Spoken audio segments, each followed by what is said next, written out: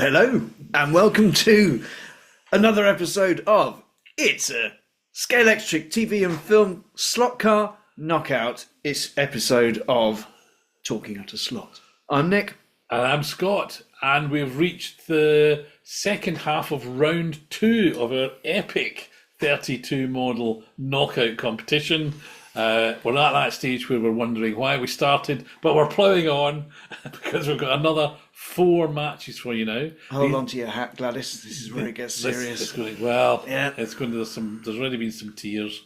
But we're into these, whoever wins these matchups, they're going to be in the quarterfinals. Oh, yes. So, I mean, there'll be people putting money on this. Don't put money on this. So a very quick recap if you haven't been watching the other ones, in which case, why not? Please find them in the link. But anyway, if you haven't been watching, so it's all TV and film related cars. They're all from Scalextric because there's so many, we didn't need to look at other brands to get a full field. And the criteria we mentioned them on is how accurate are they, how much fun they are, because Talking at a Slot is about having fun with toy cars. Oh, I forgot that. That's what's fun. That's what's fun. Arguing about TV cars. No, fun. Fun with toy fun or cars. bitching about the shape of Capri. No, and also, which one do you want, ultimately? So that's how we'll be deciding them. That's how we've got so far. So I'm over to Nick for what match have we got? It's another All Ford Derby. Another All Ford, okay. It's the Ford Capri All right. versus the Ford Gran Torino. It's very much it's a US versus America. It is Starsky and Hutch versus their British UK version. British version, the professionals. Yes. Oh, wow, we couldn't have planned it, and we didn't because it was a random draw. But this is the sort of thing gets thrown up by it. So, and then after that, we've got the Aston Martin DB4 GT, the grandfather of all slot TV cars and movie cars. And the only Bond car left in the game. Is it? It's the only Bond. I think I'm right in saying that. So, yeah, a lot riding on the old shoulders. The Batmobile. The Batmobile. The 1960s Batmobile. The proper Batmobile. Which is a modern, obviously, retake on the 1960s as opposed to a 1960s original. It is, yeah. Then we've got the General Lee versus Captain Scarlet's SPV. Ooh.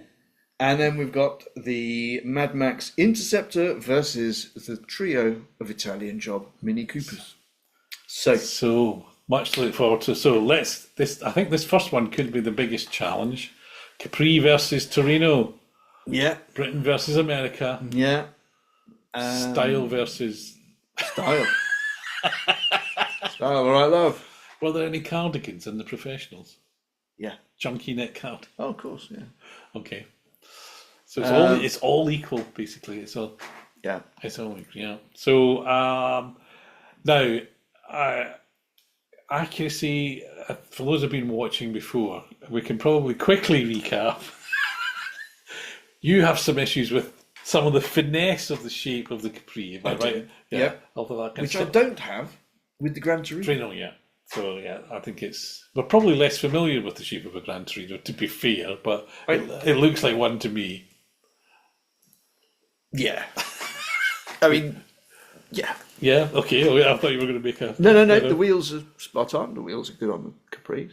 And as I said before, I think one of the things I love about the Torino is the cardigan wearing, elbows out the window. Yeah. I mean, I'm not familiar. How are Bodie and Doyle dressed in the Capris? They are slightly disappointing generic figures, but it means that I can have a play doing my thing of giving them a makeover. But, as figures in the car, they're not bespoke. Okay. So I'd say an edge for the Torino there.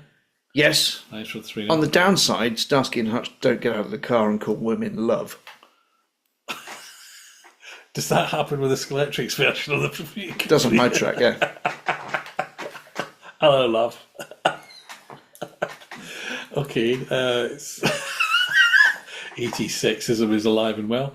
The Torino has got a flashing red light on the roof. Yes, the Capris are just basic Capris. Capris. with no roll cages in. But apart from that, they don't actually. Scalextric went the full 9 yards on the Only Fools and Horses Capri and put the tiger skin interior in there, whereas this is just a plain black tray. Okay, so it's slightly disappointing. It should. I will be putting the correct upholstery on. Okay, I was going to say, would there have been anything? I mean, the tiger skin and the only other one is very much part of what it was. Yes. So it's kind of a tartan pattern on the capris. Okay, so there wasn't necessarily. I mean, viewers probably wouldn't remember it as a key feature as such. I'm sort of defending the fact they didn't do it, but I'm happily accepting you telling me that it's not quite as detailed as the Torino. Or not even as detailed as the Only Fools and Horses Capri. So I'm really conscious that your professionals Capris are kind of your Turnco Metro, aren't they, in this competition? Yes, they are. They are. They're the ones that, and guess what? I think they're both going out. They're both going out in round 2. How do the favourites fall? In terms of fun, I think big red thing with a stripe and a flashing red light. The Capris are very similar in how they drive to the Torino, and there's 2 of them, so you can at least race a friend.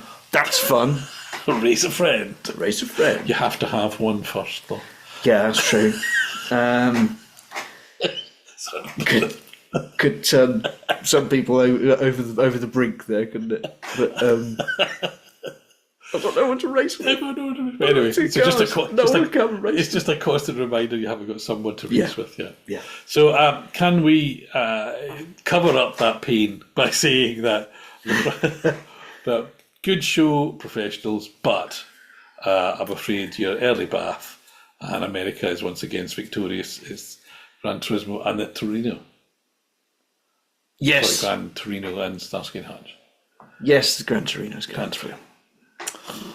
Early victory. Okay, that's good. Next one.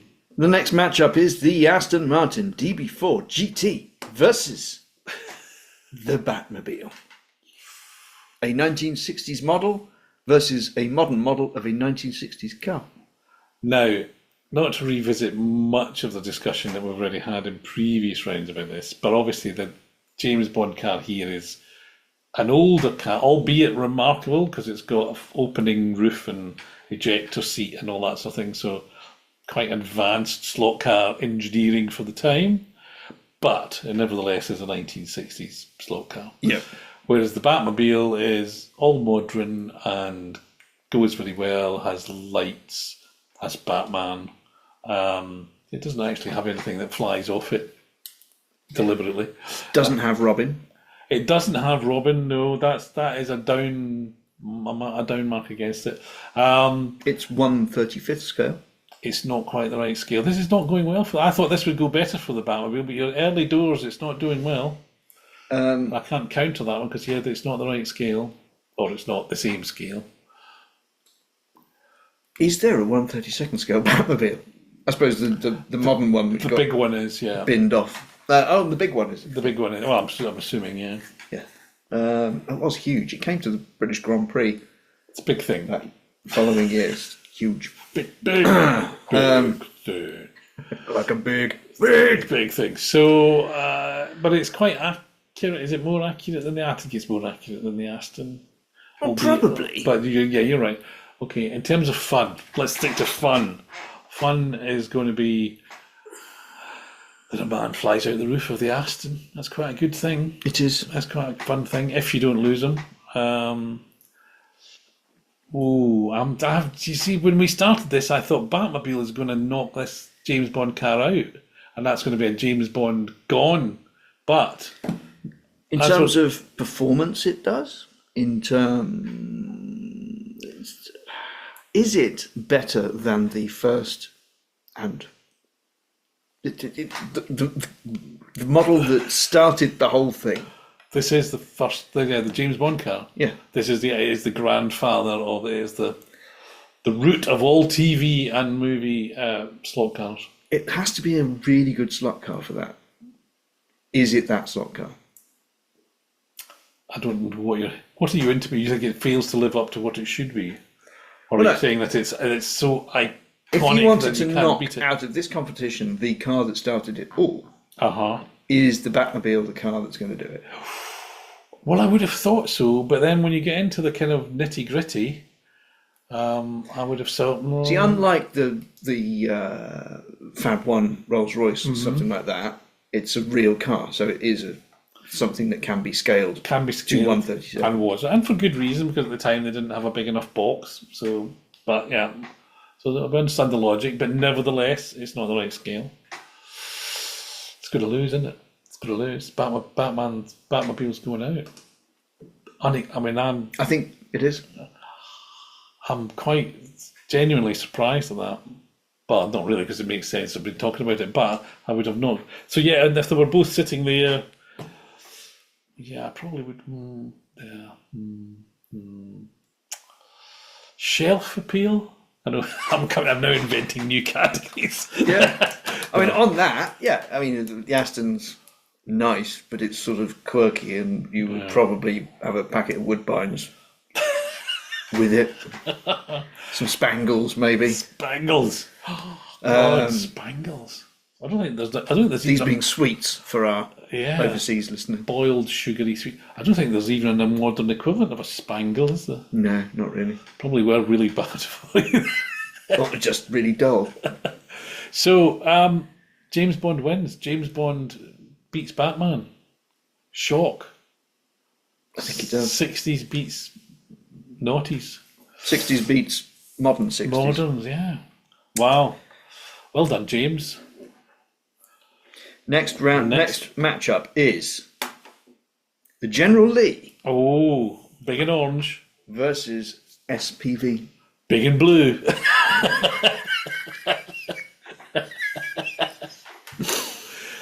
Now, I'm going to say SPV all day long. Convince me I'm wrong. It's big, it's blue, it's got lots of wheels. You can take the magnet out. Yes. Of the General Lee. In fact, you have to take the magnet out of the General Lee. Well, you can take Otherwise, it's not the General Lee, is it? If it's not completely. You disappeared for a minute there. That was quite funny. Did I? Yeah. I don't know what you did, but he really is here. Sorry, you can take the Manjaro. But you can take them. It's a very dramatic effect. How much did you take? What? Sticking to slot cars. I've lost the plot now. Where was I? I'm not actually here on my holiday. It's AI. Yeah. What was I saying before you disappeared? I can't remember. It was something to do with justifying a car that needs a magnet against a car. Both of them. You can take the magnet out of both of them. You can. So that's the level playing field. You've driven the SPV? Does it oversteer nicely? Not with the magnet in, no. I presume that it's only the rear wheels which are driven. I presume. Yeah, it's rear wheels are driven. All the wheels turn. It's an impressive beast on the track. Whereas the other one is a fairly average model of a Dodge Charger in a evocative livery with not quite the right wheels on it. Slam dunk. Spectrum is green. Spectrum is green. Or go. No, Spectrum is green. Is it go? Whatever Spectrum was. Yes. Thunderbirds were go. Spectrum is green. Captain Scarlet wins. It's through. It's through. Them good old Duke boys. Yeah. They's out. They can. Yeah. So, last game of round two. The last game of round two is the Mad Max Ford Falcon Interceptor versus the trio of Italian Job. Right. Oh, okay. Right. Minis versus muscle. How are you feeling on this, Scott? I have a greater affinity for the minis. Previously stated with a huge affection for the origin of them, the movie, the Italian Job movie. Yes. Don't have that affection for Mad Max. I like the Mad Max model. I particularly like the dusty one. But minis doing funny things. Yes. And you're going to, but they've got the silly motor, I know. So that counts against them. But minis. Yeah, I mean, Mad Max saw off the Batman tumbler last time around. Yeah. which I think was fair enough. For I think that's But I think he's met his match in those cheeky chappies.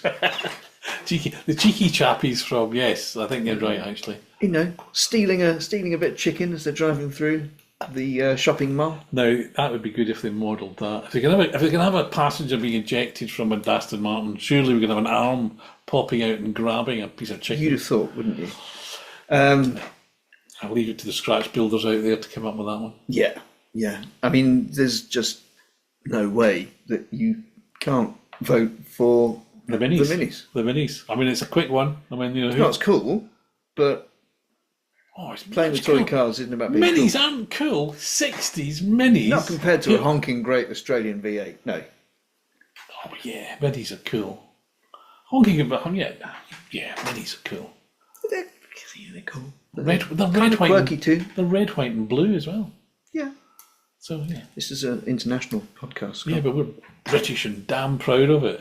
So anyway, the minis win. Minis are 3. Sorry, Australian listeners. Goodbye, Mad Max. Well, goodbye, Mad Max. So Quarter-final one. So the quarterfinals, the results of that are going to be Well, we don't know yet, but it will be. not results. Sorry, who's into the quarterfinals? It will be the John Wick Tudor versus Inspector Morse's Jaguar. Interesting.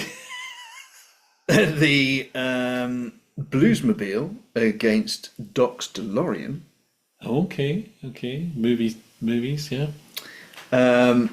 The Ford Gran Torino. Starsky. Is that? Oh, there must be more than that, surely. No. No. Okay. Yeah. Have I counted them wrong? No, we've got through to this stage. Okay. Yeah. Sorry. We've just taken away 8. We've got 8 cars left. I'm very old. I get confused. Keep going. 2, 4, 6, 8. That's the quarterfinal, Scott. Yeah. Keep going. I won't edit it out. Not much. I might. Where do we get to? So, the Ford Gran Torino versus the Aston Martin DB4 GT. The surprise that the old stager is still in there. And SPV versus the trio of Italian job. Well, which sounds like a real mismatch, but they did see off Lady Penelope and the Fab One, so they've got some form. They've got some form against big boys with many wheels. So anyway, something to look forward to. Yeah, I mean, you could cut the tension with a cricket stump, as Murray Walker would say. Something like no, was it? You could put what was his phrase? You could put a cigarette paper between the raindrops or something. Something like that. Okay, I don't know why it was. I went, bless him. Anyway, so there we go. We're through. We're down to finished the round 2. We now know what's going to go into the quarterfinals. We'll go away and we'll think about that, and then we'll have the competition, and that'll be part of another show. It could get quite touchy. Do we need to be in a different room? Do you think? Do we need to be apart in case we start stabbing each other with ballpoint pens under the table? We'll adjudicate this on the track. On the track. Well, one of the comments from a person watching one of the other rounds says, "Oh, I thought you were going to do all this on the track." I'd love to have all of these cars, not least the 1960s DB4, but sadly I don't have all of them. But yeah, so it's not a performance-related thing, really. No, it's purely prejudice. I'm proud of it, proudly prejudice. Anyway, we'll say goodbye for now. So thanks for watching. See you again soon. Thank you. Bye-bye. Bye.